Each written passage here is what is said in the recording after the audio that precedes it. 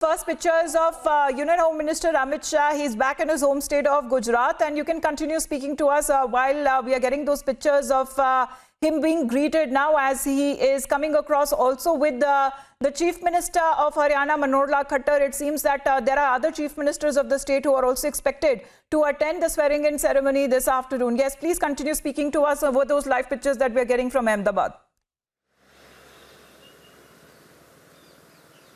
Yes, Amita, there are going to be at least 4 chief ministers that have already come with Amit Shah. As we see those visuals on the screen for our viewers, that Amit Shah has just now landed in Ahmedabad. Along with him, there are several chief ministers like Chief Minister of Haryana, Goa, Madhya Pradesh. Shivraj Singh Chauhan, we're being told, has already landed in Ahmedabad. They will be going towards the circuit house. There might be an informal meeting. But another very interesting thing that will happen on the way from the airport to the Raj Bhavan where we are reporting from.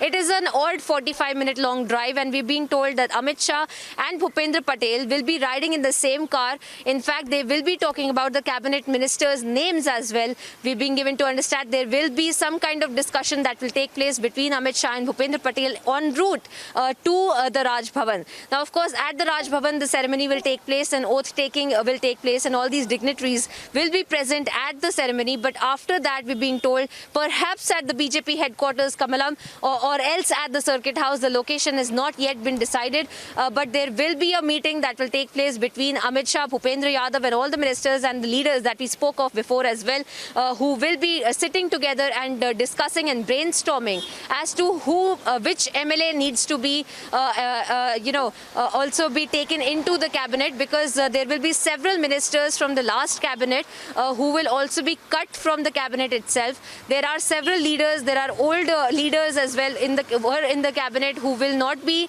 taken again in this cabinet as well. There were names like Bhupendra Singh Chudasama, Vibhavri Dave. All these names have also been making rounds, that these are the names will not be seeing again in the cabinet.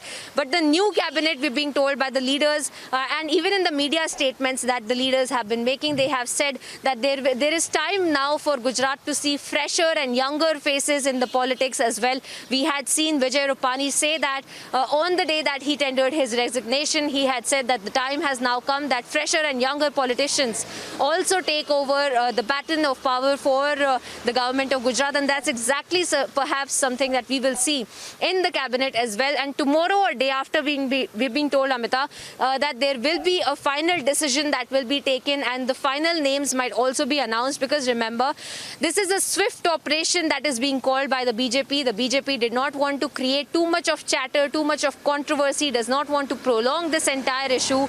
They want to get over with this entire revamping of the Gujarat government as soon as possible, and which is why we are seeing in under 3 days a chief minister has resigned, another chief minister has been elected, and he's also taking the oath for the chief ministership, and also a cabinet might be decided in the coming next 24 to 48 hours as well. So very quickly, in under 4 to 5 days, the BJP wanted to contain the situation and transition the power from Vijay Rupani to Bhupendra Patel.